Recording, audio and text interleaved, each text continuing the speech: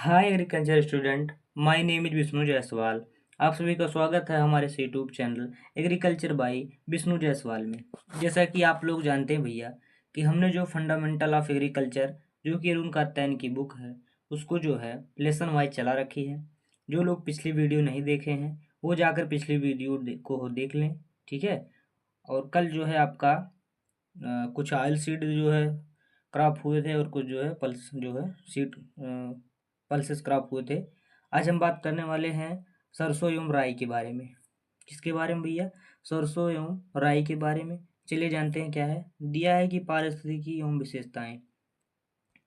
कह रहा है कि इसमें तीखापन आइसोथायोसाइनेट के कारण होता है, यानी कि जो सरसों होता है उसमें जो है तीखापन आइसोथायोसाइनेट के कारण होता है। और कह रहा है कि क्रूसीफेरी कुल के सभी पौधों में तीखापन इसी वजह के कारण पाया जाता है, यानी कि ब्रेसिकेसी यानी और क्रूसीफेरी में जैसे आपका कॉलीफ्लावर हो गया, इन सब में जो है तीखापन किसके कारण होता है? तो होता है आपके आइसोथायोसाइनेट के कारण होता है।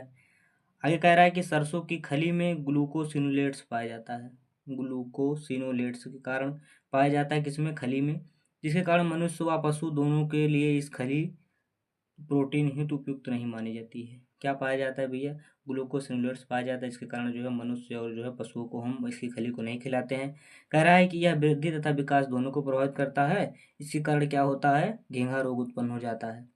और कह रहा है कि सरकार द्वारा तेल में इसकी ऊपरी सीमा 0.5% निर्धारित की गई, यानी कि जो है सरसों में ग्लूकोसिनोलेट्स की सीमा जो है 0.5% यानी कि 0.5% ही होनी चाहिए। ठीक भैया, ये सरकार द्वारा तय है। यदि 0.5% से ज़्यादा है तो वह मान्य नहीं है। ठीक है, आगे बात करते हैं भैया। आगे क्या कह रहा है? कह रहा है कि इसका हार्वेस्ट जो है इंडेक्स कितना होता है? तो इसका हार्वेस्ट इंडेक्स भैया 25% होता है। कितना परसेंट होता है? 25% होता है। सरसों एवं राई की 44% से अधिक खेती असिंचित यानी कि जहाँ पर सिंचाई की सुविधा उपलब्ध नहीं होती है परिस्थितियों में होती है। 44% जो है सरसों की खेती कहाँ पर होती है? जहाँ पर सिंचाई की सुविधा नहीं होती वहाँ पर जो है सरसों की 44% खेती होती है। उत्तर प्रदेश में 40% से ज़्यादा खेती मिश्रित मिक्स्ड यानी और अंतरावर्ती इंटरक्रॉपिंग में होती है, यानी कि उत्तर प्रदेश में 40% खेती होती है, से ज़्यादा खेती होती है जो कि मिक्स्ड और इंटरक्रॉपिंग में, यानी कि जो है मसूर में भी सरसों बो देते हैं, आलू में भी सरसों बो देते हैं। ठीक है, ये जो है मिश्रित खेती में जो है 40% से ज़्यादा उत्तर प्रदेश में इसकी खेती की जाती है। ठीक भैया, क्या क्या पाया जाता है? ग्लू आइसोथायोसाइनेट पाया जाता है, जिसके कारण क्या होता है? इसमें तीखापन होता है। और कह रहा है कि क्रूसीफेरी कुल के सभी जो है पौधों में पाया जाता है। ग्लूकोसिनोलेट्स पाया जाता है, जो क्या करता है? जो भैया पशुओं को और मनुष्य को खाने के लिए उपयुक्त नहीं है। और इसमें जो है सरकार द्वारा तय है कि इसमें 0.5% से ज़्यादा जो है ग्लूकोसिनोलेट्स नहीं होना चाहिए। इसको खाने से क्या होता है? घेंघा रोग हो जाता है। ठीक भैया, चलिए आगे बढ़ते हैं। आगे दिया है आपका different species of rapeseed and mustard, यानी कि जो है रेपसीड और मस्टर्ड की प्रजातियां। ठीक भैया, पहला दिया है आपका, कह रहा है कि इंडियन ग्रुप की जो है वो उसमें ऑयल कंटेंट कितना है, स्पीसीज कौन कौन सी उसकी, एरिया ऑफ कल्टीवेशन जो है, और उसकी गुणसूत्र संख्या और उसका लोकल नेम क्या है। जिसमें आपका दिया है पहला सरसों, जिसको आप क्या कहते हैं? रैप कहते हैं। ठीक भैया, इसमें क्या है? इसमें जो है 35 से 48% क्या है? ऑयल परसेंटेज पाया जाता है। ब्रिस्का कंप्रेस्टिस वैरायटी सरसों की है, या फिर ब्रेस्का कंप्रेस्टिस ब्राई डाइकोटोमा डाइकोटोमा जो है इसकी प्रजाति है। ब्रेस्का कंप्रेस्टिस और वैरायटी सरसों, या फिर ब्रेस्का कंप्रेस्टिस वैरायटी डाइकोटोमा जो है इसकी बोटेनिकल नेम है या स्पीसीज है। उगाई कहाँ जाती है? यूपी, बिहार, पश्चिम बंगाल और पंजाब में जो है यह भारी मात्रा में उगाई जाती है। 2n बराबर 2 इन दोनों स्पीसीजों का 20 होता है। एक का नाम है जो ब्रेस्का कंप्रेस्टिस वैरायटी सरसों है, वो येलो सरसों है, पीला वाला सरसों है। और जो ब्रेस्का कंप्रेस्टिस वैरायटी डाइकोटोमा है ये ब्राउन यानी कि भूरी सरसों है। ठीक भैया, ब्रेस्का कंपेस्टिस वैरायटी सरसों वो कौन सी है? वो येलो सरसों है। और ब्रेस्का कंपेस्टिस वैरायटी डाइकोटोमा ये ब्राउन सरसों है। ठीक भैया, आगे बात करते हैं। आगे क्या दिया है आपका, तोरिया दिया है। क्या है, तोरिया। तोरिया में कितने परसेंट जो है पाया जाता है आपका, ऑयल परसेंटेज तो 33 से 46% पाया जाता है। इसकी जो स्पीसीज है, कह रहा है कि ब्रेस्का कंप्रेस्टिस वैरायटी येलो तोरिया, ब्रेस्का कंप्रेस्टिस वैरायटी ब्लैक तोरिया। ठीक है, ये कहाँ उगाई जाती है, पंजाब, उत्तर प्रदेश, हम तीनों जगह उगाई जाती है। 2 बराबर 20 होता है। और कह रहा है कि येलो तोरिया जो है, ब्रेस्का कंप्रेस्टिस येलो तोरिया की है, और ब्लैक तोरिया तो ब्लैक तोरिया की स्पीसीज है। ठीक भैया, आगे कह रहा है, आगे दिया है आपका राई मस्टर्ड के बारे में। इसमें कह रहा है कि इसमें जो है 30 से 38% क्या पाया जाता है, ऑयल पाया जाता है। ब्रेस्का जेंसिया वैरायटी आपका क्या है, रुगरोसा है या फिर ब्रेस्का नाइग्रा है। ये 2 स्पीसीज हैं, ब्रेस्का जेंसिया वैरायटी रुगोसा और ब्रेस्का नाइग्रा, जो 2 प्रजाति हैं। कहाँ उगाया जाता है, बिहार में, उत्तर प्रदेश और वेस्ट बंगाल में उगाई जाती है। आगे दिया है इसमें 2n बराबर, सॉरी, एक ब्रेस्का जेंसिया भी है, इसमें भी 2n बराबर 36 होता है। ब्रेस्का एजेंसिया वैरायटी जो है रुगोस्का है, उनमें 36, उसमें भी 36 होता है। और ब्रेस्का नाइग्रा में 16 होता है। ठीक भैया, इंडियन मस्टर्ड को जो है ब्रेस्का एजेंसिया कहा जाता है, राई लाहा भी कहा जाता है। और जो पहाड़ी मस्टर्ड उसको ब्रेस्का एजेंसिया वैरायटी रुगोसा ब्लैक मस्टर्ड भी कहा जाता है। और जो आपका ब्रेस्का नाइग्रा है, इसको बनारसी राई स्पीसीज भी कहते हैं। ठीक भैया, एक बार कंफर्म कर लेते हैं। क्या कहा है, ब्रेस्का एजेंसिया क्या है, इंडियन मस्टर्ड है। और इसको क्या क्या कहते हैं, राई या लाहा भी कहते हैं। ब्रेस्का एजेंसिया वैरायटी रुगोसा, इसको जो है पहाड़ी राई भी कहते हैं और ब्लैक मस्टर्ड भी कहते हैं। और जो ब्रेस्का नाइग्रा है, इसको बनारसी राई कहते हैं। ठीक भैया, ये बातें याद रखना। ठीक है, आगे बढ़ते हैं। आगे दिया है आपका तारा मीरा। क्या है, तारा मीरा। तारा मीरा कह रहा है इसमें जो है 35% आपका ऑयल परसेंटेज पाया जाता है। इरूका सटाइवस इसका बॉटेनिकल नेम है। ओरिजिन जो है ये साउथ यूरोप से आई है, नॉर्थ अफ्रीका से। न्यूली इवोल्व स्पीसीज है। मूड ड्राट रेजिडेंट या जो सूखे के प्रति संवेदनशील है। ठीक है, इसका कुल सूत्र संख्या 22 होता है। और रॉकेट क्रैश जो है इसे कहते हैं। ठीक है, रॉकेट क्रैश कहते हैं। आगे दिया है भैया आपका सफ़ेद सरसों, जिसमें 27% जो है वाइट मस्टर्ड सफ़ेद सरसों, 27% ऑयल परसेंट होता है। ब्रेस्का अल्बा इसका बोटेनिकल नेम और ब्रेस्का हेक्टा 2 हैं। ये कहाँ से आई है, तो रसिया में आई है, रसिया में उगाया जाता है। ठीक भैया, बाकी उसका वो जो है बहुत ज़्यादा ज़रूरी नहीं है। आपका ज़रूरी केवल है कौन कौन है, केवल आपका ज़रूरी है यही ब्रेस्का जेंसिया ज़रूरी है, और जिसका जिसमें कहाँ कहाँ उगाया जाता है, ये बिहार उत्तर प्रदेश में उगाया जाता है। इंडियन मस्टर्ड है। ब्रेस्का जेंसिया वैरायटी रुगोसा भी है, पहाड़ी राई। ब्रेस्का नाइग्रा भी है, बनारसी राई। ठीक भैया, यही सब पूछता है। चलिए आगे बढ़ते हैं। आगे कह रहा है प्रमुख प्रजातियां में, क्या कह रहा है प्रमुख प्रजातियां।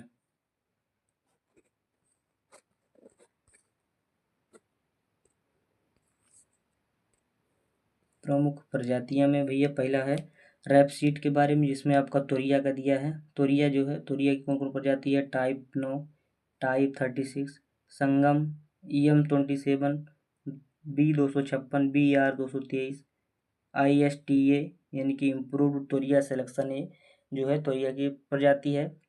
और ब्राउन सरसों को, भूरी सरसों को दिया है BS70, BSH1, पूसा कल्याणी, और सल्फा जो है बोटनिकल जो ऐसी क्या है प्रजाति हैं, वैरायटी हैं।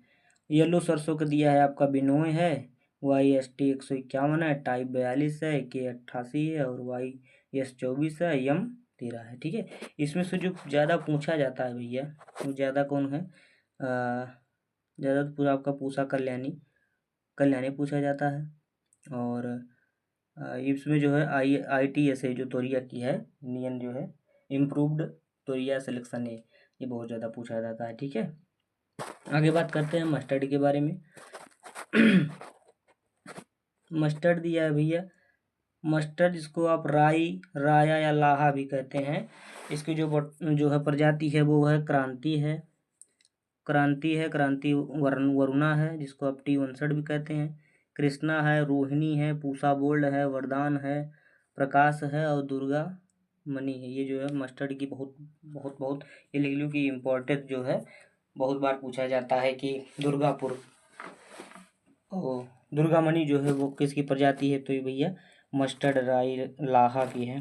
ठीक है, अब बात करते हैं तारामीरा की। तारामीरा की T27 है, जो कि 150 दिन की है, उपज जो है 800 किलोग्राम प्रति हेक्टेयर। इसमें केवल एक याद करना है T27। ठीक है, आगे बात करते हैं भैया। आगे का कह रखा है कि पूसा जय किसान, पूसा जय किसान जिसको आप बायो 902 भी कहते हैं, विश्व में पहली बार बायोटेक्नोलॉजी की मदद से सोमैटिक हाइब्रिडाइजेशन के द्वारा प्रोबियल चोपड़ा एवं अन्य के द्वारा भारत में ब्रेस्का एजेंसी यानी कि मस्टर्ड का प्रथम जाति विकसित किया गया। यानी कि जो पूसा जय किसान है, ये जो है सोमैटिक हाइब्रिडाइजेशन से बनी हुई है। किसके द्वारा बनाई गई? डॉक्टर प्रोफेसर BL चोपड़ा और अन्य के साथ भारत में उगाई गई या प्रथम प्रजाति बनाई गई। ठीक है, कह रहा है कि इसकी अवधि 115 से 125 दिन। ठीक है, 115 से 125 दिन तथा इसका दाना बड़े आकार का होता है। ये जो आपका पूसा जय किसान है, इसका जो है दाना बहुत बड़ा आकार का होता है, 115 से 20 दिन की होती है। और उपज जो है 1900 से 2500 कुंटल प्रति हेक्टेयर होता है। तेल जो है 40% होता है इसमें। यह गुजरात, राजस्थान एवं महाराष्ट्र के सिंचित क्षेत्रों के लिए अनुशंसित है। यहाँ पर यह कहाँ लगाया जाता है? जहाँ पर जो है सिंचाई के साधन होते हैं, वहाँ पर जो है पूसा जय किसान लगाया जाता है। ठीक है भैया, अब बात करते हैं ऑयल केक के बारे में।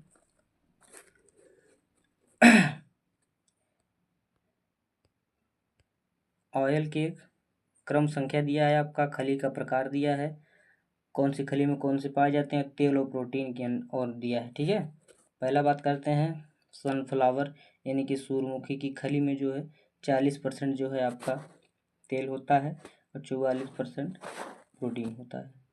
ठीक है, साफ्लावर कुसुम में 40 से जो है 45% तक होता है।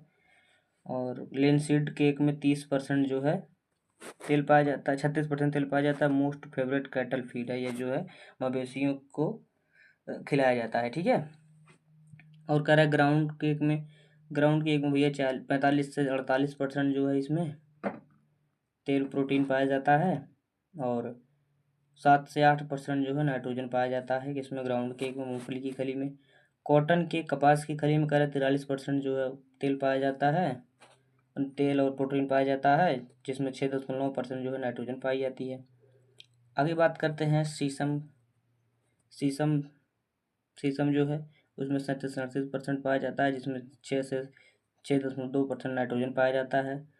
तंबाकू की खली में 30 से 35% ऑयल और प्रोटीन दोनों पाई जाती है। ठीक भैया, तो ये थी आपकी जो है खली के बारे में, और इसमें जो है नाइट्रोजन और प्रोटीन प्रतिशत कितना होता है।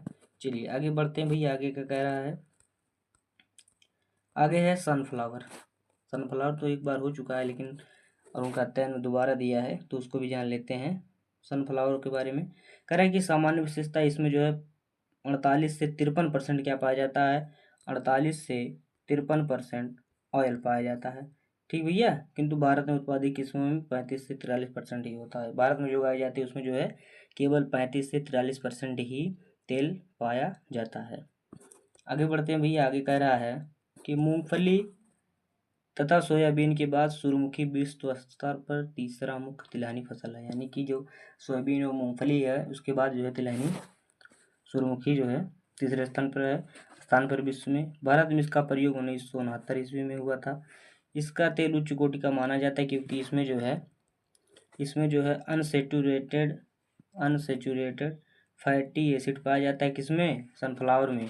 जैसे ओलिक एसिड और लिनोलिक एसिड भी पाया जाता है सनफ्लावर के तेल में। ठीक है, ये मात्रा लगभग 90% जो है ओलिक और लिनोलिक एसिड पाया जाता है। इसमें लिनोलिक एसिड का अभाव होता है एवं इसका स्मोक पॉइंट आकर्षित होता है। क्या कह रहा है कि पाया तो जाता है, लेकिन इसमें जो है कम मात्रा में पाया जाता है। लिनोलिक एसिड कम मात्रा में पाया जाता है, इसलिए जो स्मोक में प्रयोग किया जाता है, यानी कि आपका जो है पीने में प्रयोग किया जाता है, हुक्का में प्रयोग किया जाता है। ठीक भैया, सूरजमुखी को। आगे बढ़ते हैं भैया। आगे क्या कह रहा है? कह रहा है कि विश्व में सबसे अधिक उत्पादन रूसी संघ रसियन फेडरेशन में होता है। भारत में कर्नाटक, महाराष्ट्र और आंध्र प्रदेश सबसे अधिक उत्पादन करने वाले राज्य हैं। किसका? सनफ्लावर का। चलिए आगे बढ़ते हैं भैया। कह रहा बोरेक्स का छिड़काव, बोरेक्स का छिड़काव करें कि बोरेक्स 0.2% 2 ग्राम प्रति लीटर ऑफ वाटर में का छिड़काव कैपुटुलम के रे फ्लोरेट के खुलने के समय करने से बीज में तेल की मात्रा का उत्पादन अधिक होता है। यानी मतलब जब जो है इसमें पुष्पन हो जाए और जो है शाम के समय जो है बोरेक्स का छिड़काव करते हैं तो क्या होता है, आपका तेल की प्रतिशत मात्रा बढ़ जाती है। ठीक भैया, अधिक हो जाती है। आगे बात करते हैं इसके सिंचाई की अवस्थाएं, यानी कि सरसों की क्रांतिक अवस्थाएं सिंचाई की। पहला है कि बड इनिशिएशन, यानी कि जब बड निकल जाते हैं, यानी कि 35 से 40 डेट आफ्टर सोइंग, 35 से 40 दिन बाद जो है बोने के बाद जो इसकी पहली सिंचाई करते हैं। दूसरी करते हैं फ्लावरिंग ओपनिंग पर 55 से 65 डेज पर। और तीसरी जो है सीड फिलिंग, जब दाना बनने लगते हैं तब जो है 65 डेज पर करते हैं। यानी कि इस पर जो है मुख्यतः 3 सिंचाई करते हैं। गाँवों में भैया 2 या 1 सिंचाई भी कर देते हैं तो भी हो जाता है। ठीक है, पहला है बड इनिशिएशन पर, दूसरा फ्लावर है, तीसरा है सीड फिलिंग पर। जब दाना बनने लगे तब जो है लास्ट सिंचाई कर देनी चाहिए। आगे कह रहा है कि पोस्ट एंथेसिस पीरियड में 38 अंश से अधिक तापमान उत्पादन को कम कर देता है। एंथेसिस मतलब पुष्प का पहली बार खुलना। ठीक है, अगर तापमान जो है जब निकलता है फ्लावर, यदि तापमान जो है अधिक रहता है तो यह उत्पादन भी कम कर देता है। ठीक भैया, आगे बढ़ते हैं। आगे है आपका परागण व सुरक्षा। परागण व सुरक्षा कह रहा है कि फ्लावरिंग पीरियड में कीटनाशकों का छिड़काव मधुमक्खियों को प्रभावित कर सकता है, क्योंकि सूर्यमुखी में परागण मुख्य रूप से कौन करती हैं, मधुमक्खी करती हैं। पक्षी विशेषकर तोता जो है चूहा तथा गिलहरी फसलों को काफ़ी नुकसान पहुंचाती हैं। कटाई के लिए कह रहा है कि इसकी कटाई जो है फिजियोलॉजिकल मैच्योरिटी पर करनी चाहिए, जब इसके हेड का पिछला भाग नींबू जैसा जो है पीला हो जाए तब निचली पत्ती सूखना और मुरझाना शुरू करते हैं, इसकी कटाई करते हैं। यानी कि सरसों जो है क्या कह रहा है, इसके हेड का पिछला भाग, यानी कि ये होती है, इसी में आपका जो है सरसों होता है, यानी कि जो पिछला भाग है जब ये पीला हो जाता है तभी जो है हम सिंचाई करते हैं। ठीक भैया, तभी क्या करते हैं, सिंचाई करते हैं, ओ सॉरी कटाई करते हैं। ठीक भैया, आगे बात करते हैं। आगे कह रहा है कि भंडारण, भंडारण के लिए हम जो है इसके पूर्व इसके बीज में 9 से 10% से जो है आर्द्रता नमी नहीं कम नहीं होनी चाहिए। यानी कि 9 से 10% से ज़्यादा अगर आर्द्रता है तो जो है भंडारण नहीं करना चाहिए। 9 से 10% से अधिक कम आर्द्रता पर ही इसका भंडारण कर देते हैं। ठीक भैया, यानी कि ज़्यादा सूख ना जाए, हल्का सा नम ही रहे तभी जो है भंडारण के लिए रख दिया जाता है, जिसके कारण तेल की क्वालिटी बनी रहती है। आगे बात करते हैं। आगे है आपका कॉटन के बारे में। क्या है, कॉटन के बारे में। चलिए भैया शुरू करते हैं। कॉटन कह रहे कि कपास में 15 से 25% आपका तेल पाया जाता है।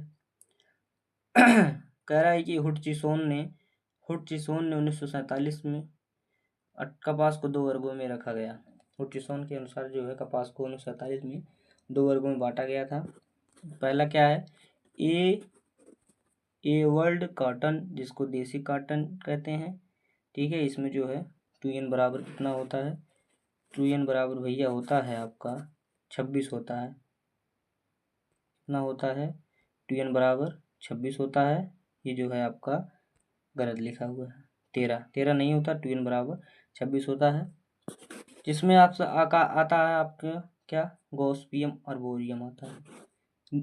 ओल्ड वर्ल्ड कॉटन में, ठीक है, कौन आता है, गॉसिपियम आर्बोरियम आता है। ओल्ड पुरानी में ओल्ड वर्ल्ड कॉटन, जिसको आप देसी कॉटन में कहते हैं, उसमें कौन आता है, गॉसिपियम आर्बोरियम आता है और गॉसिपियम हर्बेसियम आता है पुरानी वाली कॉटन में। ठीक है, या ओल्ड वर्ल्ड कॉटन में गॉसिपियम आर्बोरियम और गॉसिपियम हर्बेसियम। कह रहा है कि कोर्स एंड शॉर्ट फाइबर होता है। लेंथ जो है 1.25 से 2.10 सेंटीमीटर तक होता है। भारत में इसका क्षेत्रफल कुल कपास के क्षेत्र का लगभग 29% है। यानी कि इसका जो है रेशा जो है छोटा भी होता है और लेंथ रेशा की लंबाई जो है 1.25 सेंटीमीटर से 2.10 सेंटीमीटर तक होता है। और भारत में इसका जो क्षेत्रफल है वो 29% है। ठीक भैया, आगे बात करते हैं गॉसिपियम और हर्बेसियम की। कह रहा है कि फाइबर लेंथ, फाइबर की चौड़ाई 1.25 से 30 सेंटीमीटर तक होती है। और seed with small fuzz and lint, यानी कि सीड जो है फज और लिंट से लगा हुआ होता है। ठीक भैया, तो ये कौन सी ओल्ड वर्ल्ड काटन थी जिसमें जो 2n = 26 होता है। इसकी कौन कौन सी प्रजातियां हैं? Gossypium herbaceum, gossypium hirsutum, arboreum. ठीक है, हिर्सुटम तो उसमें है। गॉसिपियम अर्बोरियम और gossypium herbaceum old world cotton है। आगे बात करते हैं। आगे दिया है आपका न्यू वर्ल्ड काटन। वो कौन थी? वो ओल्ड वर्ल्ड काटन थी। ये न्यू वर्ल्ड काटन, इसमें जो है 2n बराबर कितना होता है भैया? तो इसमें जो है 2n बराबर 52 होता है। ठीक है, उसमें 26 था, इसमें 52 है। दुगना होता है। आगे बात करते हैं, इसमें कौन कौन सी कह रहा है? गॉसिपियम हिर्सुटम है। गॉसिपियम हिर्सुटम, इसे आमतौर पर अमेरिकन कॉटन भी कहा जाता है। किसको? गॉसिपियम हिर्सुटम को। फाइबर लेंथ जो है 1.80 से 3.10, यानी कि सबसे बड़ा जो है रेशा जो है इसका ही होता है। और कह रहा है भारत में कुल कपास क्षेत्र लगभग 50% पर इसी को उगाया जाता है। इसके फूल क्रीमी सफ़ेद जो बाद में गुलाबी रंग के हो जाते हैं। तो भैया कौन था पहला? ओल्ड वर्ल्ड काटन था, जिसमें आपका आता था गॉसिपियम अर्बोरियम, गॉसिपियम हर्बेसियम आता था। और दूसरा था न्यू वर्ल्ड काटन में, जिसमें जो है 2n बराबर 52 होता है। इसमें जो है आपका केवल गॉसिपियम हिर्सुटम आता है। और इसे जो है अमेरिकन कॉटन भी कहते हैं। भारत में 50% क्षेत्रफल पर यही उगाया जाता है। ठीक है, और इसके जो है फूल क्रीमी सफ़ेद होते हैं, बाद में गुलाबी हो जाते हैं। आगे बढ़ते हैं भैया। आगे क्या दिया है? आगे कह रहा है कि गॉसिपियम, अच्छा एक और भी है, गॉसिपियम बारबडेंस। गॉसिपियम बारबडेंस है किसमें?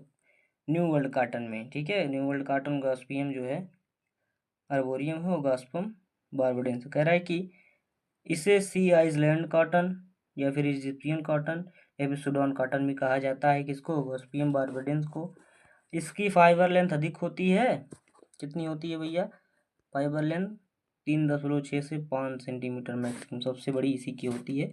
उसके बाद जो है आपका गॉसिपियम अर्बोरियम का होता है। ठीक है, सबसे बड़ी किसकी होती है? गॉसिपियम बारबडेंस की होती है। 3.6 सेंटीमीटर से 5 सेंटीमीटर मैक्सिमम होती है। ठीक है, आगे बात करते हैं कपास के वजन और उसका माप। कपास का माप और वजन चलिए जानते हैं। कि कह रहा है कि 1 बेल में 170 किलोग्राम कपास हेतु आता है, और जूट जो है 180 किलोग्राम होता है एक बेल में। तो कपास का कितना होता है? कपास का जो है 170 केजी होता है, और जूट का आपका 180 केजी होता है। सबसे ज़्यादा जो है जूट का ही होता है। ठीक है, आगे बात करते हैं। आगे दिया है आपका सीड कॉटन। सीड कॉटन में जो है सीड प्लस लिंट दोनों होते हैं। और कह रहा है कि कॉटन सीड में सीड आफ्टर रिमूविंग लिंट, यानी कि जो है लिंट को हटा दिया जाता है तो उसको कॉटन सीड कहा जाता है। और जब सीड और लिंट दोनों होते हैं तो उसको सीड कॉटन कहा जाता है। ठीक है, ये भी क्वेश्चन बहुत पूछता है। तो सीड कॉटन किसे कहते हैं? कि सीड प्लस लिंट दोनों होंगे तो सीड कॉटन, मतलब बीज कपास। बीज कपास में क्या होंगे? सीड और लिंट दोनों होंगे। और जब कॉटन सीड यानी कपास बीज, केवल बीज होंगे, इसमें सीड आफ्टर रिमूव लिंट को हटाया जाता है, केवल सीड बचता है। ठीक भैया, आगे बात करते हैं शाखाओं के प्रकार यानी कि ब्रांचिंग टाइप के बारे में। ब्रांचिंग टाइप के बारे में कह रहा है कि पहला इसमें सिम्पोडियल या साइमोस प्रकार के जो है पाए जाते हैं शाखा। कह रहा है कि जब मुख्य तना की वृद्धि रुक जाती है और पांच शाखाओं की वृद्धि मुख्य से अधिक होती है, तब उसे सिम्पोडियल साइमोस के, जिससे कपास की मूल वाली शाखा, मूल जो कपास की फूल वाली शाखा है। क्या कह रहा है? कह रहा है कि मान लीजिए ये आपका कपास है, और कह रहा है तना की वृद्धि जो है ये मोटा नहीं रही है, ये इतनी पातली है। और पांच शाखाओं की वृद्धि मुख्य से होती है, यानी कि यहाँ से जो है इसकी जो है वृद्धि होती है। तो ये कौन सी है? सिम्पोडियल की फैलने वाली होती है, साइमोस प्रकार की होती है। आगे आपका मोनोपोडियल है, जिसको रेजिमोस कहते हैं। कह रहा है इसके मुख्य अक्ष की लगातार वृद्धि होती रहती है, और इसके पास शाखाएं आकार की दृष्टि से कम अधिक नहीं होती हैं, जैसे कॉटन सीड ब्रांचिंग। यानी कि यह क्या कह रहा है? मुख्य अक्ष की जो इसकी भी वृद्धि बहुत ज़्यादा होती रहती है, यानी कि इसकी शाखाएं नहीं बढ़ती हैं, डायरेक्ट जो है अच्छे बढ़ता है। ठीक है, तो ये मोनोपोडियल रेजिमोस प्रकार की आती हैं। और जो सिम्पोडियल टाइप के आते हैं, इसमें जो है शाखाएं बढ़ती रहती हैं। ठीक है, आगे बात करते हैं भैया। आगे कह रहा है भैया शस्य प्रबंधक एवं नियामक, पादप नियामक, यानी कि प्लांट मॉडिफायर्स। कह रहा है कि कपास की खेती में जब फ्लावरिंग का समय यानी कि बुआई के 80 दिन 90 दिन बाद होता है, तब उसे प्लेनोविक्स या फिर NAA, जिसको साइकोसेल कहते हैं, का 10 ppm की दर से छिड़काव करना चाहिए। कहने का मतलब जब कपास की जब फ्लावरिंग होती है तब जो है साइकोसेल डाल देते हैं। क्या करता है, साइकिल से जो है वो बढ़ने नहीं देता है, ये पौधों को बौना बना देता है। साइकिल सेल डाल देते हैं जब, तो कपास के खेत में जब फ्लावरिंग होने लगे यानी कि 80 से 90 दिन बाद जो है हम इसमें पेलेनोविक्स या फिर नेपथलीन एस्टिक एसिड या फिर साइकोसेल का 10 ppm की दर से जो है छिड़काव कर देते हैं। और आगे कह रहा है कि इससे जो है पौधों में फूल की कली की धारण क्षमता बढ़ती है, मोर बड रिसेंशन निकलते हैं, सिंपोडल ब्रांचिंग की को बढ़ाकर जल्दी प्रजनन अवस्था आती है। कहना ही कि जो है ये जो है वेजिटेटिव ग्रोथ को रोक देता है, जिसके कारण क्या होती है, कली धारण क्षमता बढ़ती है और जो है प्रजनन में की अवस्था में जल्दी आती है। और कह रहा है कि अर्ली रिप्रोडक्टिव ग्रोथ में आती है और सूखा प्रतिरोधकता बढ़ जाती है। कपास में जब फूल की कली निकलती है तब उसे क्या कहता है, स्क्वायर कहते हैं। जब कपास में कली निकलने लगती है तो उसको क्या कहा जाता है, उसको स्क्वायर कहा जाता है। ये थे इसके जो है साइकोसेल डालने के प्रभाव। ठीक है, आगे बात करते हैं। आगे दिया है आपका फुनगियाना यानी कि टपिंग। कह रहा है कि जब पौधे की लंबाई 1 मीटर से 1.20 मीटर की हो जाए तो 80 से 90 दिन के बाद हो जाती है। क्योंकि जब जो है इसमें 80 से 90 दिन की हो जाए तो इसमें जो है 1 मीटर या 1.20 मीटर की हो जाती है ये, ठीक है, लंबाई में। तब इसके प्रत्येक जो है पौधे का वृद्धि कारक यानी कि शीर्ष भाग को कम से कम एक बार काट दिया जाता है, यानी कि जिसमें इसमें जो है टपिंग कर दी जाती है। इस प्रक्रिया इससे शीर्ष भाग की आगे की वृद्धि रुक जाती है और ऊर्जा का प्रवाह पार्श्व शाखाओं की ओर होता है। इससे सिंपोडल ब्रांचिंग तथा बॉल डेवलपमेंट अच्छा होता है। यानी कि जब जो है इसमें फुनगिया देते हैं यानी कि ऊपर की कली को कट कर देते हैं तो क्या होता है, एनर्जी जो है पार्श्व शाखाओं की ओर होता है और उसमें जो है सिंपोडियल ब्रांचिंग होने लगती है, यानी कि जो है फली का विकास होने लगता है। ठीक है, अब आगे बात करते हैं। आगे क्या कह रहा है भैया, कह रहा है कि रेशे की गुणवत्ता एवं मानक, रेशे की गुणवत्ता एवं मानक, फाइबर क्वालिटी मैट्रिक्स। कपास का रेशा बीजावरण यानी कि सीड कोट के एपिडर्मल सेल का बाह्य वृद्धि भाग है। लंबा रेशा स्टेपल या लिंड कहलाता है, जबकि छोटा रेशा क्या कहलाता है, फज कहलाता है। एक बीज में 60,000 से 80,000 रेशा होता है। इसके जो बीज होती है इसमें जो है 60,000 से 80,000 रेशा होता है। लंबे रेशे को स्टेपल कहा जाता है या लिंड कहा जाता है और छोटे रेशे को फज कहा जाता है। आगे बात करते हैं भैया, आगे दिया है एक्स्ट्रा लॉन्ग स्टेपल वैरायटी, यानी कि जो लंबे रेशे प्राप्त करने वाली हैं वो वैरायटी हैं कौन कौन। कह रहा है कि भारत में ऐसी प्रजातियों से कुल कपास का उत्पादन 40% होता है। मुख्य किस्में H4, Shankar 4, Shankar 6, MCB5, DCH32, Subin, यलारे और MECH है। एक्स्ट्रा लॉन्ग स्टेपल वैरायटी यानी कि लंबा रेशा प्राप्त करने के लिए जो किस्में हैं वो H4 है, शंकर 4 है, शंकर 6 है, MCB5 है, DCH32 है, सुविन है, यलारे है, मैक्स है या फिर MECH है। ठीक है, ये कौन सी है, ये जो लंबे रेशे प्राप्त करने वाली हैं। और कह रहा है स्टेपल लेंथ यानी कि चौड़ाई में जो है इनकी जो है लंबाई भी और चौड़ाई हो और फिटनेस भी है, तीनों चीज़ में जो है उसके लिए करते हैं। तो ये रेशे की महीनता को माइक्रोनियर से मापा जाता है कि कितना महीन जो है रेशा निकलता है, किससे मापा जाता है, माइक्रोनियर से नापा जाता है।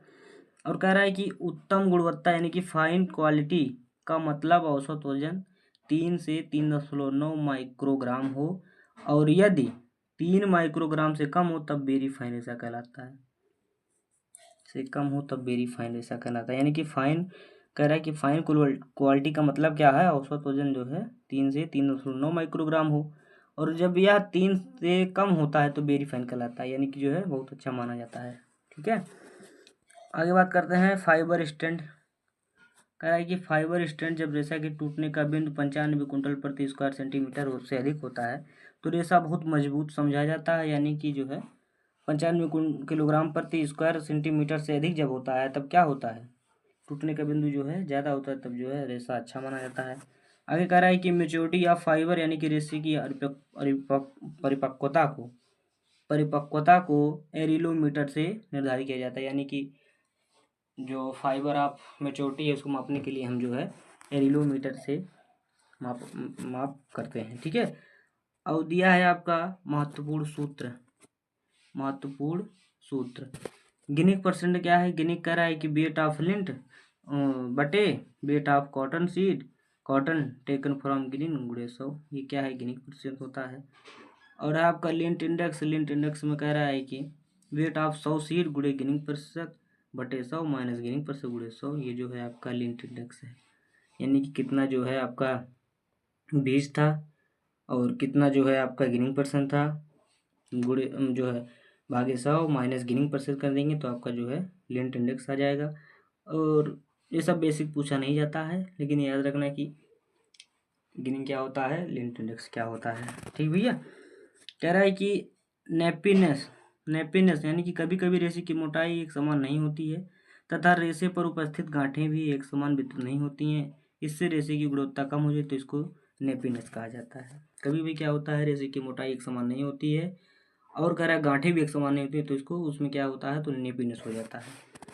कह रहा है कि नंबर ऑफ नॉट्स, कह रहा है कि अच्छे गुणवत्ता वाले रेशम में सभी गांठ एक समान दूरी पर अच्छी तरह वितरित हों और रेशा मजबूत भी होता है, तब आप उसको क्या कहते हैं, नंबर ऑफ नॉट कहते हैं, नॉट्स कहते हैं। ठीक भैया। कह रहा है कि जो है रेशा अच्छी गुणवत्ता वाला और समान दूरी पर अच्छी तरह विकसित हो, उसी को ही नंबर ऑफ नॉट्स कहते हैं। और कह रहा है कि नंबर ऑफ काउंट्स क्या होता है? कह रहा है 450 ग्राम अर्थात 1 पाउंड लिंट में हैंग्स, जो कि प्रत्येक जो है 770.6 मीटर या 840 यार्ड लंबा रेशा जितनी संख्या होती है उसे ही काउंट कहा जाता है। यानी कि 450 ग्राम लिंट में कितना जो है लंबा रेशा होता है, 770.6 मीटर रेशा होता है, उसको ही एक रेशा का काउंट कहा जाता है। रेशा जितना महीन होता है उतना अधिक काउंट होगा, यानी कि जितना महीन होगा उतना ही दूर बढ़ेगा या फिर उतना ही ज़्यादा लंबा होगा। भारतीय कपास में 22 काउंट्स होता है, जबकि उच्चतम गुणवत्ता वाले रेशे में 80 से 400 काउंट होता है। भारतीय कपास में कितने काउंट्स होते हैं? 22 काउंट्स। और जो उच्चतम गुणवत्ता वाले रेशे हैं उसमें जो है 80 से 400 काउंट्स होता है। ठीक भैया। तो ये आपका हो गया, कपास खत्म हो गया। ठीक है।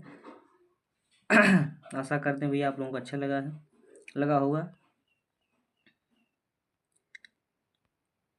और ये जरूर याद कर लेना कि जो लंबा रेशा है उसको स्टेपल या लिंट कहा जाता है और जो छोटा रेशा है उसको फज कहा जाता है। ये क्वेश्चन बहुत आता है।